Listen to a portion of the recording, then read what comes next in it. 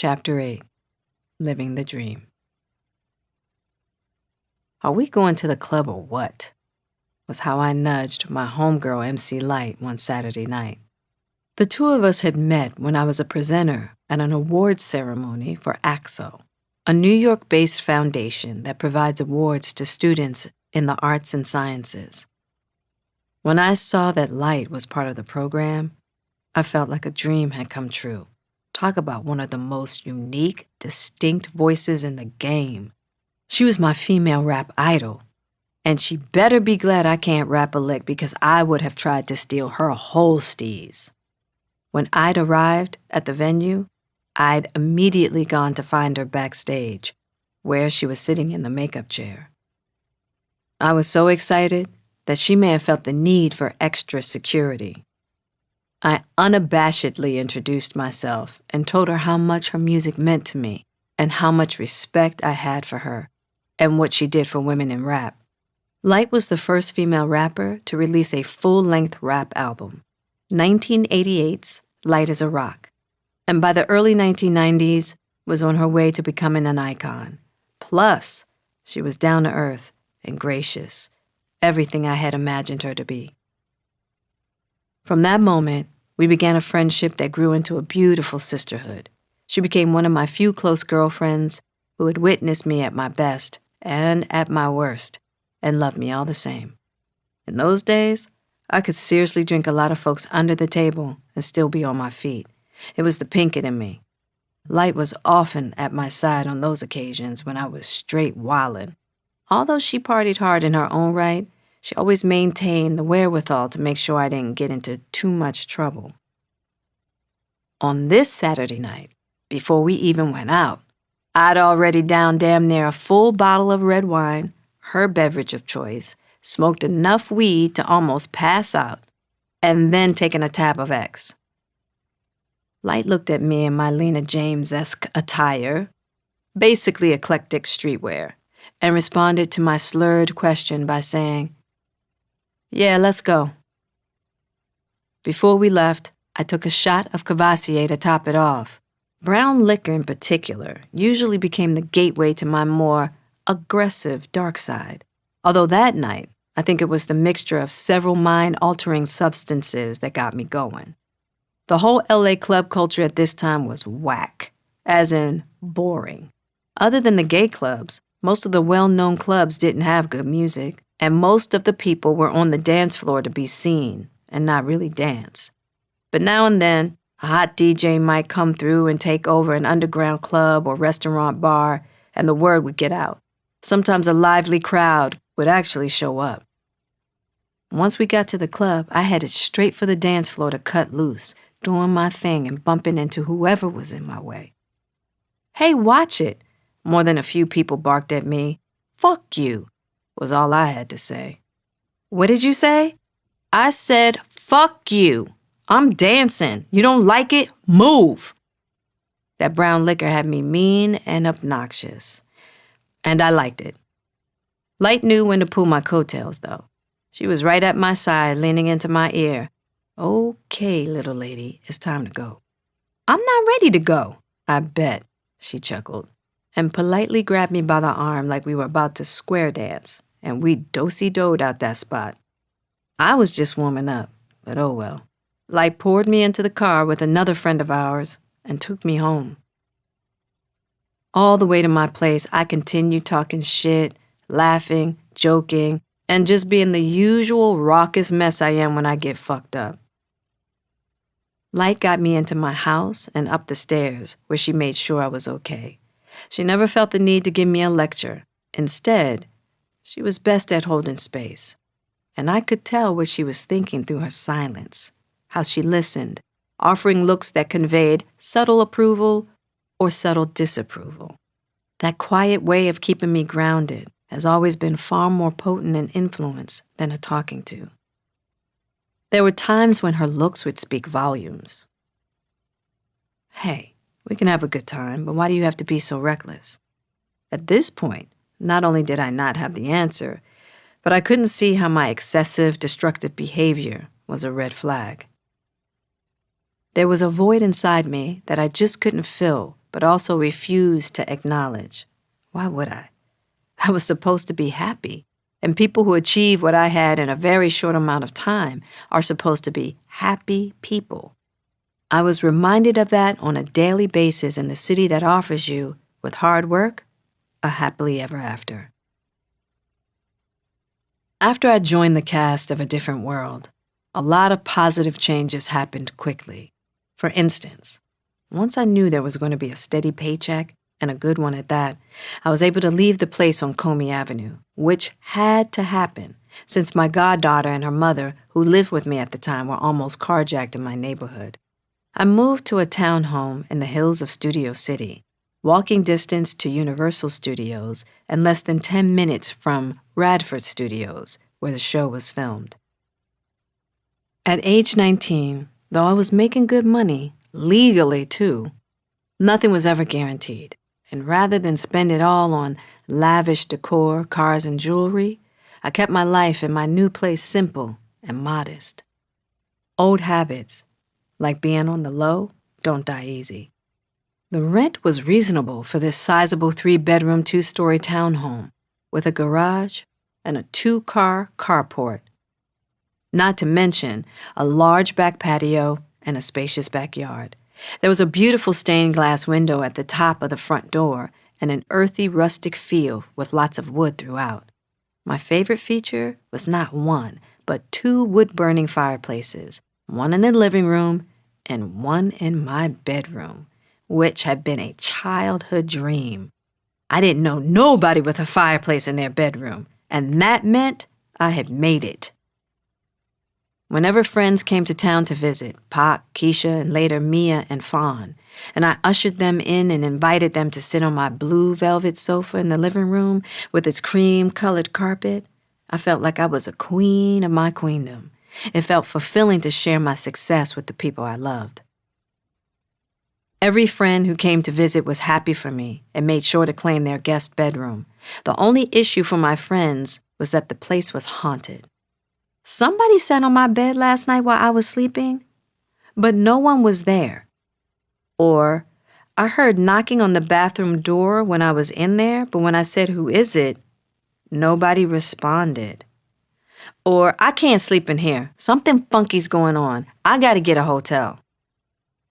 My invisible housemates didn't bother me, but they did their best to make overnight guests feel quite uncomfortable. The whole vibe of my new stomping grounds was energizing. Living right off of Ventura Boulevard, wherever I went, I'd run into up-and-comers from all levels of the industry.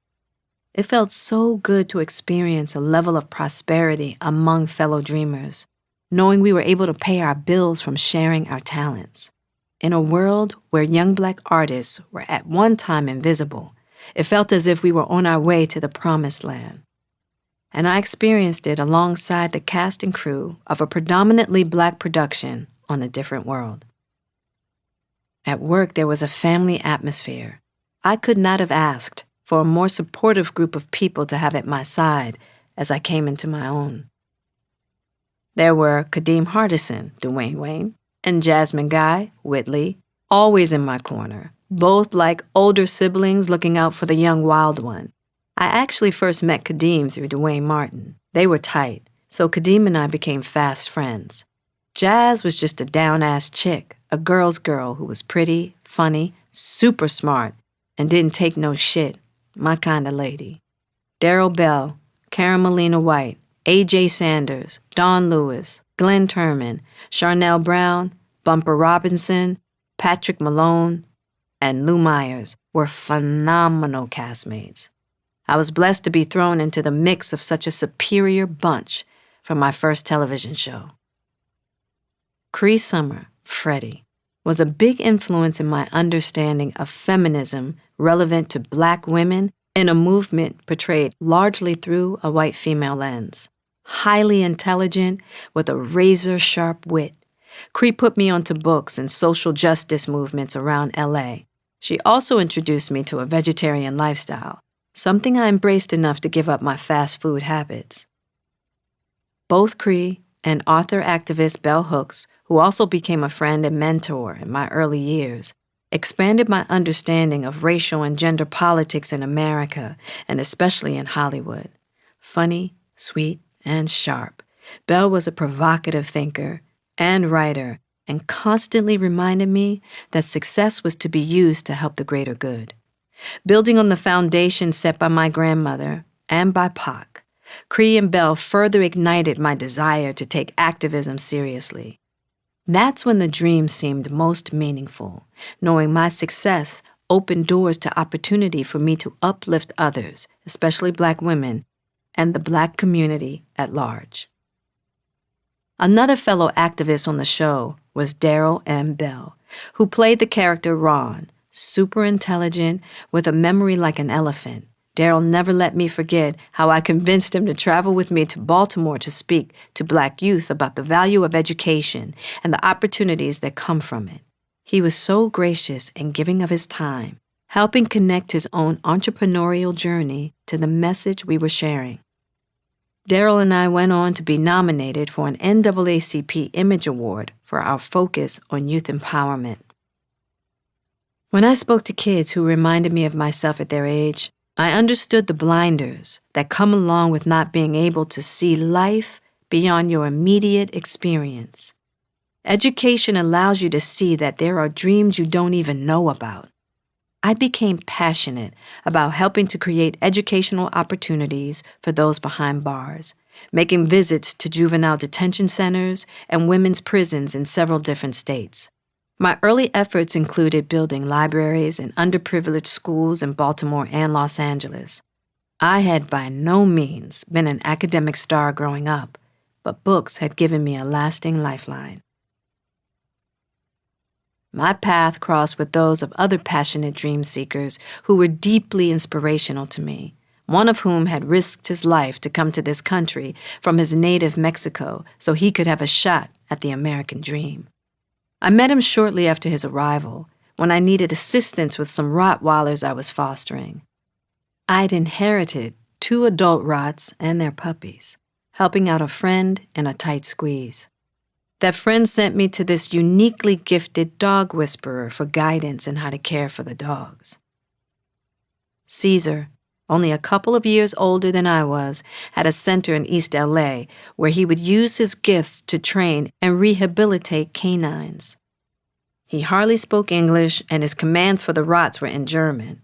I had to navigate his broken English and learn German commands in order to work with my dogs.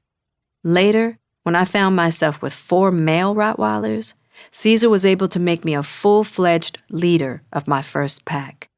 Whenever my dogs and I would go see him at his facility, folks would tell me to stay away from the predominantly Hispanic area because of the violent conflicts between Blacks and Mexicans. Coming from the East, I didn't have that experience, and the LA street politics weren't going to dissuade me. Caesar taught me that strong breeds like Rots need purpose, respect, and love as much as humans do, and don't respond to words without the energy to match. You can't fool dogs, was his way of putting it. He taught me how to earn the respect of my pack. Caesar Milan, long before he was a household name, often talked to me about his dreams of sharing his knowledge with the masses, opening a bigger facility where people from all over the world could bring their dogs to be trained and eventually become an author and a television star. His passion and confidence made us kindred spirits. There was no ceiling to his dreams.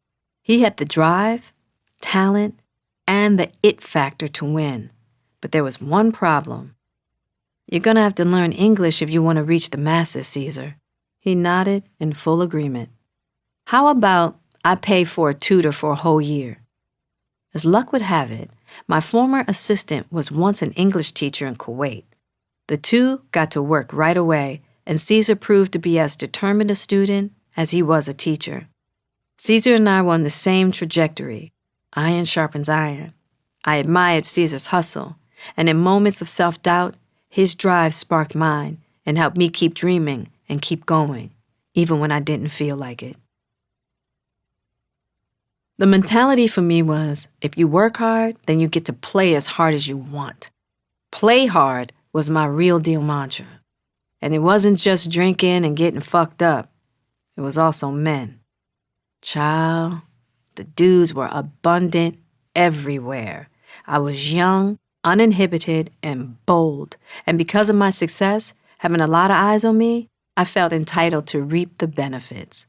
I had tried my hand at committed relationships, but at this point, I had decided to forfeit getting tied down. After all, the world was my oyster. Why would I give up this state of freedom, exploration, and fun in the golden hour of my youth?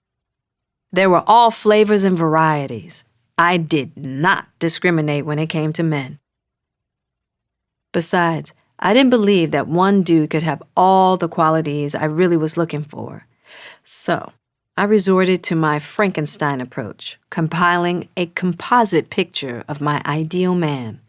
One dude would be the intellect and talk big ideas. Another was the artist who was in touch with his feelings. There was the funny guy who made me laugh. Then there was the roughneck bad boy. Always got to keep one of them. There was also always the in-the-bed guy who, hands down, every time, would be satisfaction guaranteed. The unfortunate irony is that while most of my relationships with the other guys were platonic, I preferred spending time with them as opposed to the in-the-bed guy who was strictly for late-night calls. Wasn't unusual for me to come from a dinner date with one dude and sitting in my lonely silence, pick up the phone and make a call? No. Hey, what you doing? Sleeping. It's 2 a.m. You want some company? You can't keep calling me, wanting to come over here late at night. You need to call me so we can go to the movies or something. Are you kidding me? Fine, I'd say. We'll go to the movies. Can I come over now? You good? When it became clear that I wasn't into commitment, something interesting happened. The guys who were normally cool with a no-strings-attached situation all of a sudden felt the need to tie me down. My immaturity led me to assume that most dudes would be relieved with the no-strings-attached get down. We could simply enjoy each other and keep it moving. Very rarely was that the case. This was a small revelation about the notion that men don't feel and the BS that they have no need for connection. I found that the players were the most in need of connection and were simply terrified of surrendering to emotional intimacy, just like me. Sex, for me, was a distraction from having to look at my genuine need to be held, have connection, and feel loved. It fed the appetite of the little girl who hadn't had enough parental affection and attention. That dance became addictive. The feeling of entitlement that I should feel good all the time was a setup, because it could never be satisfied. Gimme, more makes you greedy, and it confuses what it is you really want. We usually talk about external addictions, drugs and alcohol, but rarely about internal addictions of the heart.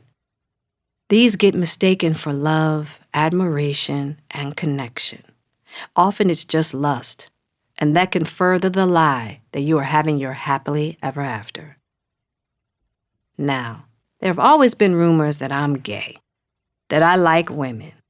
Maybe that had something to do with clubs where I hung out, like The Catch, one of the leading LGBTQ plus spots in LA at this time that had nights for getting up and doing lip syncs, and where I myself, on several occasions, got up on stage and lip synced to all kinds of songs.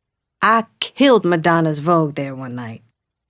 The truth is that during those early years of exploration in Hollywood, I had a few sexual experiences with women, only to realize that when it comes to sex, I love men.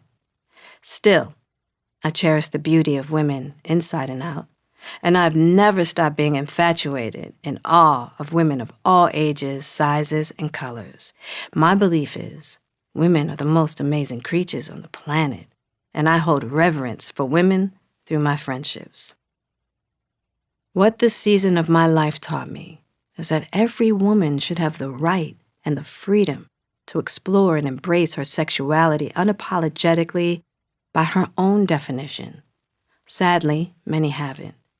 In years to come, I'd find it disheartening how many adult women I knew had never had orgasms. This phase of let's just have fun with men was ultimately short-lived. I liked the excitement, but I only got a temporary high.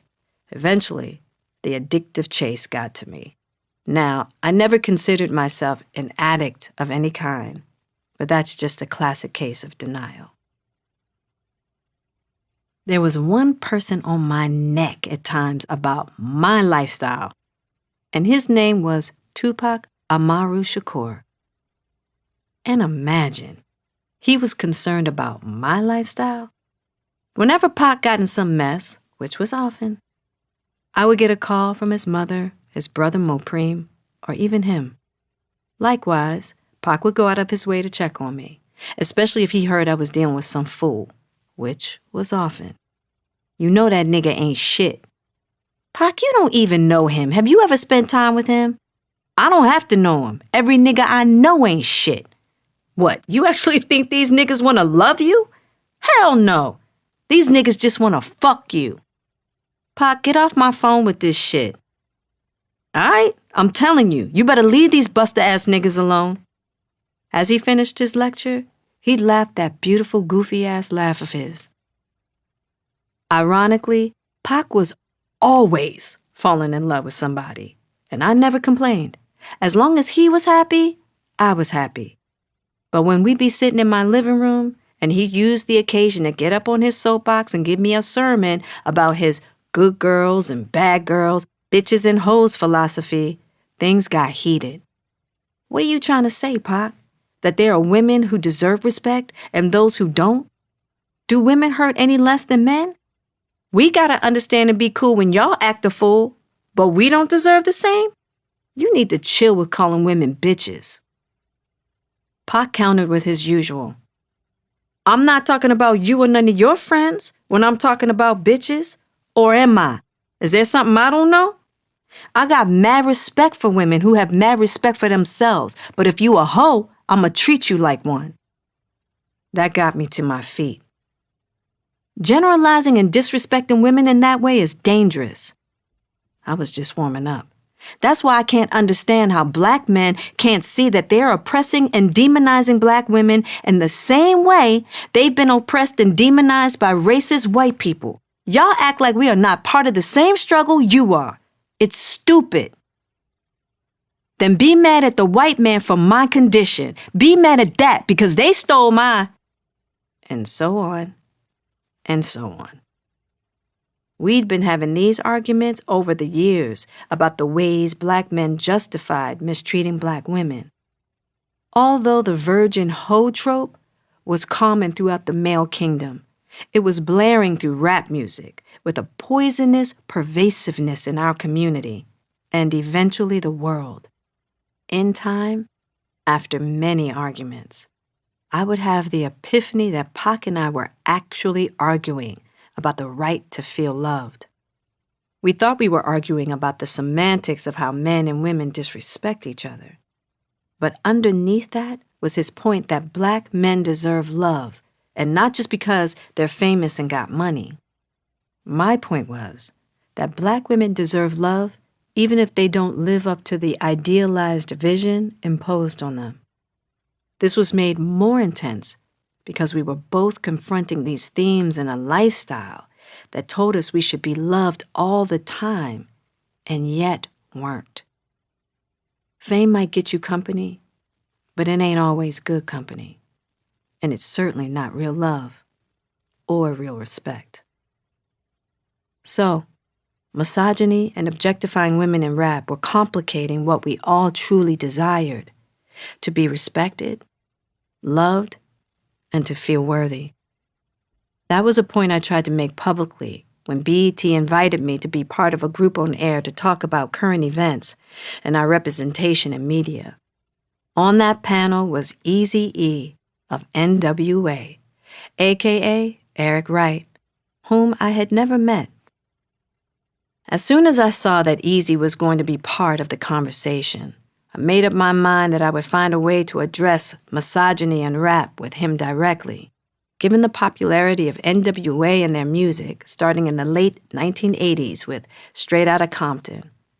Mind you, I love me some NWA, but how they referred to women in their music, I found offensive. Once I had the opportunity to address Eazy. After the moderator asked me what I felt about his lyrics, I spoke my piece. I met him today. I would have thought that he was a woman hater because of his music that he writes. I added that because Eric owned his own record company, he had the ability to make change, starting from within his community to uplift us. My point was, when I listen to his music, I want to feel good about myself. I want to feel good about my people. Nobody jumped in, so I went on. Eric, you have the power to do that, you know? He coolly shifted in his seat as the moderator pressed him to describe how he was going to respond. I do say nice things, he began. To me? I interrupted. How does that change the impact of calling women bitches and objectifying us? Other black women felt as I did. Me being a young sister and wanting to feel good about myself. Now come on. I had put him on notice. After the show was over, Eric approached me to say he did a lot for his community, adding that he was putting on a carnival for kids in need. He asked, "Would you make an appearance?" I took a beat.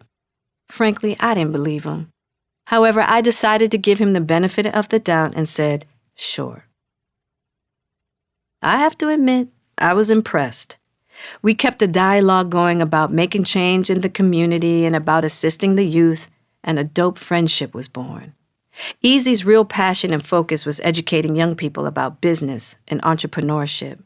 He taught me a lot about the importance of ownership of one's artistic property. That was the change he was mostly interested in. Artists owning their art, no matter what it was. In fact, when I gave him a folder of some of my poetry, which included the artwork of my ex-boyfriend John to accompany it, Eazy had an entrepreneurial idea. He was very complimentary and told me, publish your poetry and record it as spoken word to music. Sell the CD with the book. Own it. All of it. This was the early 1990s when almost no one was doing things like this. He was ahead of his time. He was a unique character. Sometimes when he stopped by and I wasn't home, he would leave a note written backward that you could read only in the mirror. When he paged me, he'd place the numbers together in a unique way that created words. His dry sense of humor was like no one else's. And he could also be very, very silly. It didn't surprise me that he enjoyed kicking it with Keisha, who knew how to make him laugh. She teased him mercilessly about his jerry curl and how he needed to cut his hair. Once she went further, gathering his hair up off his face and into a rubber band, insisting, "See, don't you like that better instead of having all those wannabe curls in your face?" Then Keish laughed her bottom belly infectious laugh while Eric stared in the mirror, shaking his head.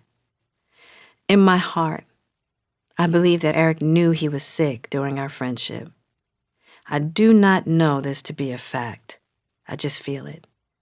Whenever we saw each other, it seemed he had a cold that would never leave. I'd comment saying, "You still got that runny nose?" Or, "You need to go to the doctors and check that out, E." He'd flat out ignore me or quickly change the subject. Maybe I should have pressed the issue.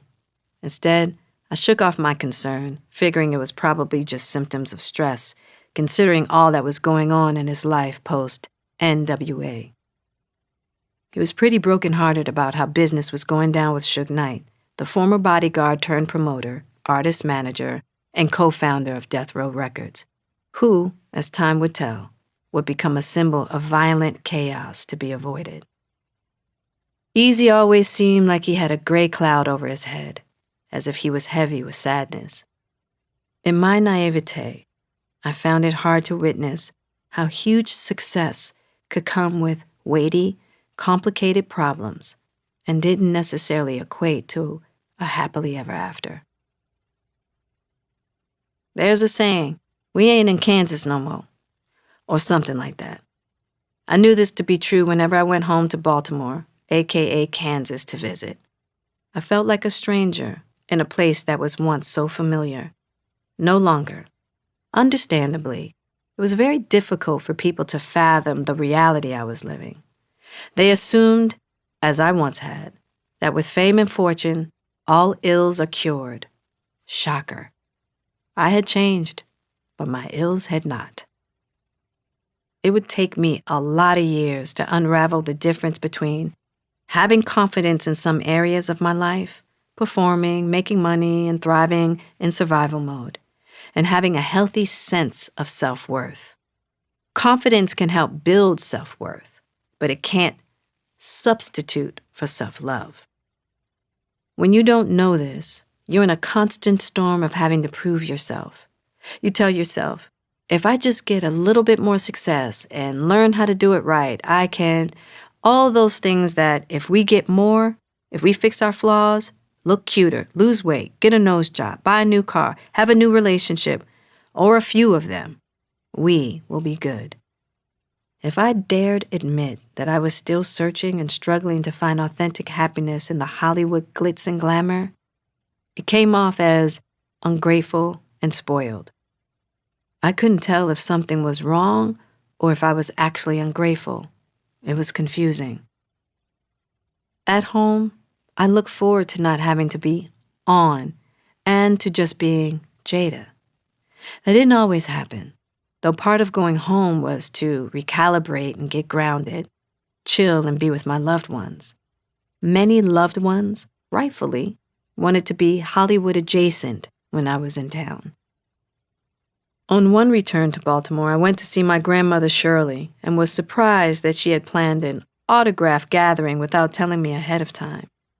When I arrived, the first thing I saw was people on the porch outside and then inside, people in the living room and the kitchen waiting to meet me. Really, what I'd been looking forward to was sitting down in her kitchen and playing a game of Boggle like I did as a kid. This was no fault of Shirley's. She was proud and excited to give everyone a chance to see me. Though I begrudgingly went along, took the pictures and signed the autographs, I wasn't happy about it. Once everyone started to leave, Shirley asked, "What's wrong with you?" "I wasn't expecting all these people here," I answered, hoping that would be the end of it. How do you come home to your grandmother's house and explain you don't want to be celebrated by her and her friends when that's all she wants to do? Even to me, that sounded ridiculous, but it was how I felt. My explanation didn't go over well. At Georgetown, where I went shopping with Chet one day, every time someone approached me and said, "You look like that girl on A Different World. It's you, right?" I would politely say no, but people tell me I look like her all the time. Chet would ask, "How come you don't want nobody to know who you are?"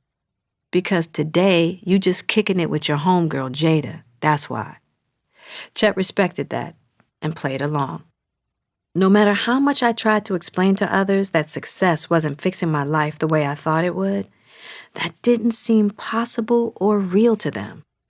And I got that, because it didn't seem possible or real to me either. After all, I was living the dream, right? I just have to do better. In the fall of 1991, I turned 20. Birthday celebrations had always been important, and Pac was there to celebrate the occasion with me. Pac's career was on fire. After years of rolling with Digital Underground, he established himself as a rapper in his own right, and after 2 years in the studio, he was getting ready to release his first solo album, Tupacalypse Now. I was so proud of him and happy that the world would finally get to share in the gift of his brilliance. Pac had also just starred in Juice, his film acting debut. There was a lot of Hollywood attention for his performance and for the movie, and the directing debut for Ernest R. Dickerson. Pac was flying high, but even with his success, he was feeling the same void I was. Luckily, we could confide in each other. We had a lot of the same worries and stresses, but his were on a larger scale, and his life was more complicated than mine. Pac had a lot of responsibility and took care of a lot of people while trying to figure out how to take care of himself. He also had to deal with the pressures of the street politics of the hip-hop game, and simply being a young black man in America who had notoriety. This placed a different kind of target on his back that he hadn't seen coming. None of this was playing out the way we thought it was supposed to. The saving grace was that we had each other as tethers. In the past, when I was in some money and Pac wasn't, I'd be the one looking out. And when he was in some cash and I wasn't, he looked out, like when I was in college. Now we were on parallel tracks. It was surreal, almost unimaginable, that we would be on this type of come-up at the same time. As flawed as the dream was at times, sharing the rise was the most beautiful, unexpected part.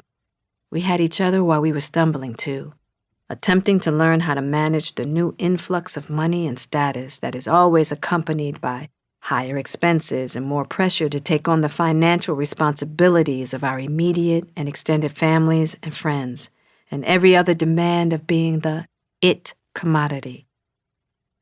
Nobody prepares you, especially when you are 19, 20 years old, and you don't know who to trust. There were times when I felt Pac distanced me from seeing him in his new orbit. Very rarely did I spend time in his environment. This was new. If I suggested that I wanted to come see him perform, he adamantly refused. He'd show up wherever I was, no problem. But he tried to keep me from his world and all that came with it. Unexpected shit was always popping off with him that he could not always control. Looking back, I can see he wanted to keep me safe. And because of this, I never saw Pac perform live. Of course, this was meant as a temporary arrangement, but we were always looking for opportunities to collaborate creatively. That was a must for us both. Pac was the first to move us toward that dream by summoning me to be part of a video for his single, Brenda's Got a Baby, based on the true story of a 12-year-old girl who gets pregnant and has to turn to the streets to survive and support her child. Then it was my turn, when I called him about playing a role on an episode of A Different World that Kadeem Hardison was directing. My character Lena had a homeboy from Baltimore coming to visit her at Hillman, and I knew only Pac could pull it off. Pac said yes. The in-studio live audience for A Different World was always boisterous, laughing and hollering, which added so much to the energy of the show. But when Pac made his entrance, his charisma off the charts, everyone out in the seats roared. It was one of the first times I saw for myself all the love out there for him as an artist. He put in the work, as usual, stealing the show, and then, in a blink of an eye, he was off and running again on to the next adventure. If my career had ended there, it would have been complete. How great that we traveled to this point together, given where we came from. But there was more. Leave it to Pac to top it off with a phone call about this movie he wanted us to do together. He couldn't say enough about the project. He was really excited about the opportunity and went on to say that the young directors, twins, the Hughes brothers, were very talented. He was convinced they were going to make a strong film. And the sentiment was that it would be rawer than Boys in the Hood. A scenario like this rarely happens in Hollywood. In those days, for an actress to make the leap from a TV sitcom to a gritty feature film was a high hurdle. These days, there's much less of an issue with actors doing both TV and movies. Besides, I was under contract with NBC and, as of then, not really available. Plus, I had to audition for the movie, as I reminded Pac. Nah, he insisted. I already told the directors that you're my homegirl. All they gotta do is meet you. I told them you're perfect for the role. Who knew that my first Hollywood film ever would be starring next to Pac in a job he put me on? Pac made the arrangements for me to meet the filmmakers, Alan and Albert Hughes. When we met, we all took a liking to one another. They liked my read for the role of Ronnie, a single mom, and in a snap, it seemed like the deal was done. Not quite. Once the offer came in, I went to see Debbie Allen to tell her about the movie, and she was so happy for me that she channeled her magic into convincing the network and the producers to allow me to do the movie while shooting the last season of A Different World. Debbie wasn't going to let me miss an opportunity like this, not on her watch. Don't you worry, Bunny Rabbit. We're going to work this out. My baby's going to do her movie. As promised, Debbie got it done. Having gotten over the biggest hurdle, I was set and ready. Then, as I was upstairs in my bedroom, one evening, shortly after the deal was done, Pac called me. He had gotten into an altercation with the Hughes brothers. I sat on the edge of my bed in disbelief. What the hell, Pac? What happened? Quietly, I listened as he proceeded to explain his side of the story, how he had gotten into a fight with the directors and gotten fired from the film. To this day, I still don't understand what it was about. Well, if you're not doing it, I can't do it. Period. The end. No, it wasn't the end. Pac wouldn't hear it. He made it very clear that he wanted me to do it regardless of his beef with the Hughes brothers. That's not gonna work, Pac. This movie's good for you, Jada. You need it, and I'm telling you to do it. Oh, now he's commanding me. In fight mode, I shot back. What? I was only doing this movie because of you. How you just... Pac cut me off. Do the movie, Square. I'll check you later. And he hung up the phone in my ear. Immobile, I continued to sit there on the edge of my bed staring at the phone as if it were to blame. The dream of the two of us together in my first movie was shattered. He was the only reason I wanted to do Menace to Society. I didn't even bother to call him back. He was lucky because I couldn't call Debbie Allen and say, I'm sorry, after all you did to fight for me, I don't want to do this movie now. All I could think as I lay back and looked up at the canopy was, what the fuck? When it was all said and done, I gotta give Pac props. He had what could best be called sight, which I did not yet possess. Menace to Society helped to launch my movie career in a serious, rapid-fire way, and even led to the Cannes Film Festival, one of the most prestigious film festivals in the world. That doesn't happen often for Black actresses from Baltimore. Just saying. That was Pac's vision, not mine. The voyage to the French Riviera in the south of France was a rite of passage. Nobody had prepped me, really, for walking the red carpet before the screening of our film. Nobody ever talked about having a stylist to help pick an outfit and dress for the international press. I knew nothing.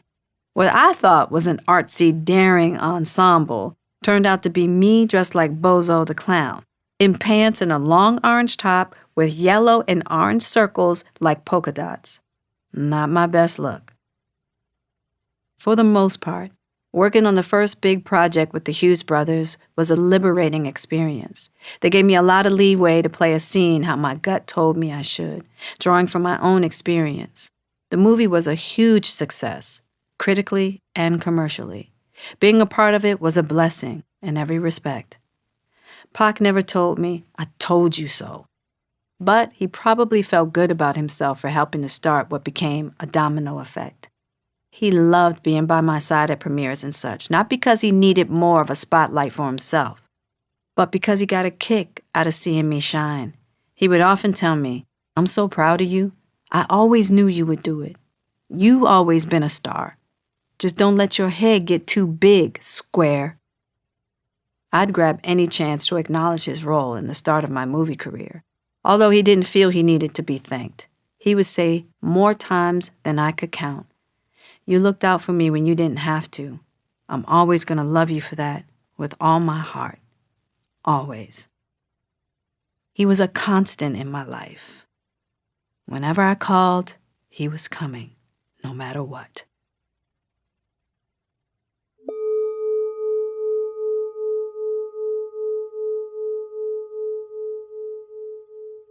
We don't even recognize how many false gods we worship.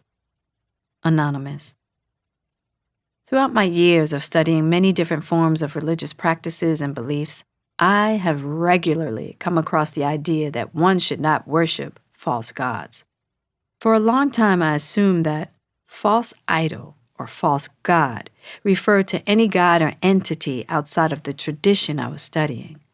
Slowly, I learned that the worship of a false god is much deeper than that.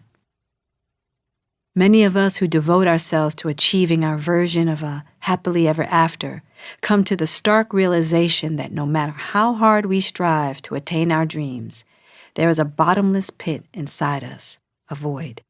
We're forced to confront the false belief that not only will success lead to our versions of fame and fortune, but that it will cure our ills and the ills of the people we love. For me, it was easy to buy into a gold rush mindset that once I hit the jackpot, it would heal my heart, my life, my soul. Now, there is nothing wrong with having dreams and goals.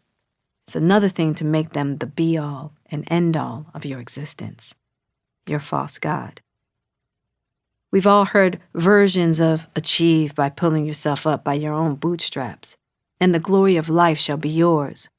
The part that goes unsaid is if you define your glory solely by winning or losing in your pursuit of goals, the part of you that craves authentic connection will be abandoned, leaving you with fleeting satisfaction and false safety. We may find ourselves chasing and clinging to false gods or tricksters who lead us away from the truth of ourselves, the truth of love, and take us off the path to authentic fulfillment. Can you identify any false gods in your life? Are you willing to let go of the belief that external attainments can sustain happiness and instead look inside to find fulfillment within your soul?